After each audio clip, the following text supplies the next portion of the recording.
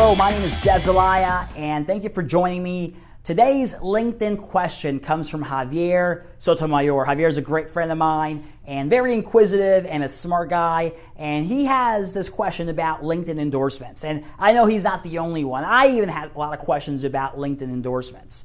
For those that don't know what a LinkedIn endorsement is, last year LinkedIn felt like, hey, we need to get more people engaged on our platform.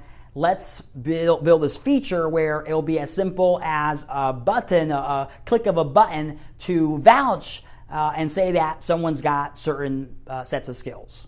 So that was rolled out, and guess what happened? People got very trigger happy, started clicking away, and chances are you're probably getting endorsements from people that you don't know and for skills that you don't have. And how embarrassing is that?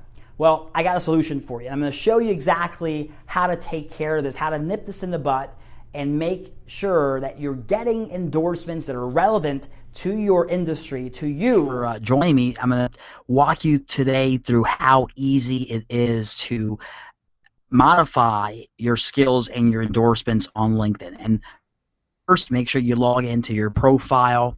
Once you're logged in, we're going to go ahead and hit that edit profile button, and it's going to pop up that little pencil right next to all the things that you could modify in your LinkedIn profile.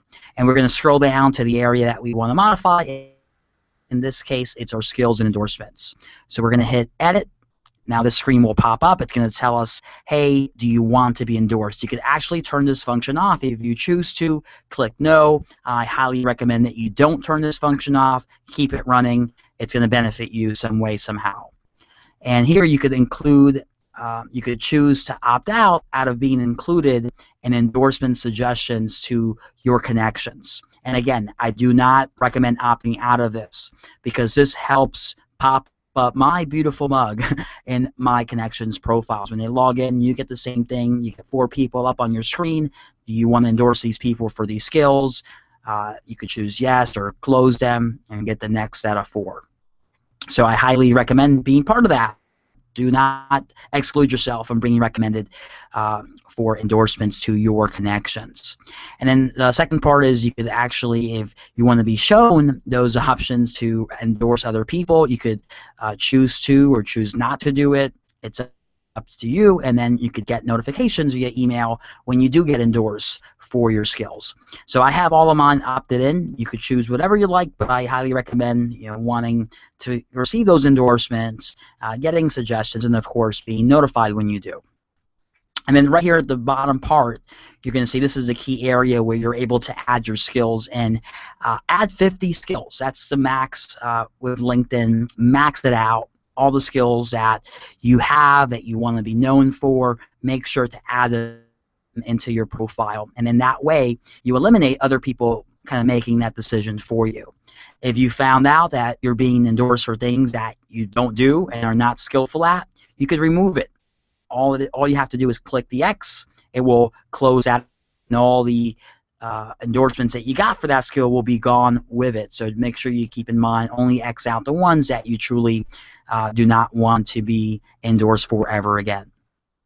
And then the other neat part of what you could do is rearrange these, right? So if I'm getting a lot of public speaking, email, social media endorsements, but I would like to get more for LinkedIn, bring that LinkedIn skill to the very top. And I'm going to show you why on the next screen, but you could rearrange these whichever way you'd like. Maybe you want to feature more of your prominent skills up top, or the ones that you're lacking in but would like to be known for, you could then move those up to the top, and I'll explain why here in the next screen. But let's save that. All right, and you could just drag and drop to move them around. But why I positioned these 2 skills up here, these 3 skills up here at the top, was because I was getting a lot of endorsement for these. These are top heavy, and when people endorse you for them, that's all that will show up at the very top of the skills and endorsements section. Because people rarely go over here, or even less will go and see your next 24 skills. So to get more endorsements for the top skills that I want to be endorsed for, I rearrange and move them to the top, and now people will, on my profile, when they're here, they're going to see these, they're more likely to press that plus button to endorse me for that. So just a little neat tactic that works really well. to increase your endorsements in areas that may be lacking. Another cool thing that you could do is look to see who's endorsed you for certain skills. So here Carla has endorsed me for digital marketing and maybe hasn't endorsed me for public speaking or social networking or Vocus or social selling yet.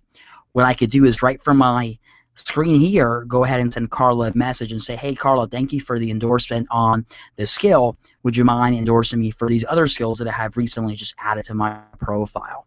More than likely, Carla will oblige, and she would help you out and endorse you for those skills.